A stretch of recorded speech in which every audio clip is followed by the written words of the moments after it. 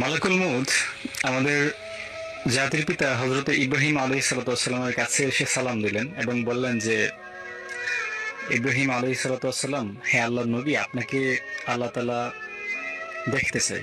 আপনাকে পৃথিবী ছেড়ে চলে যেতে হবে। আপনার মৃত্যুর পরোয়ানা জারি হয়ে গেছে। তখন ইব্রাহিম আলাইহিসসালাম বললেন যে, মালাকুল মউত, তুমি এটা কি বলো? আমি না আল্লাহর খলিল, আমি না আল্লাহর বন্ধু। আল্লাহ যদি আমার বন্ধু হয় তাহলে বন্ধু বন্ধুর জীবন কিভাবে নিতে পারে? বন্ধু বন্ধুর মৃত্যু কিভাবে কামনা করতে পারে?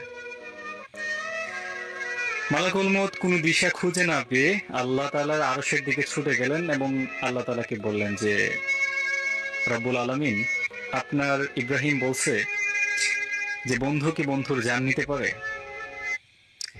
আল্লাহ তাআলা তখন বললেন যে, তুমি গিয়ে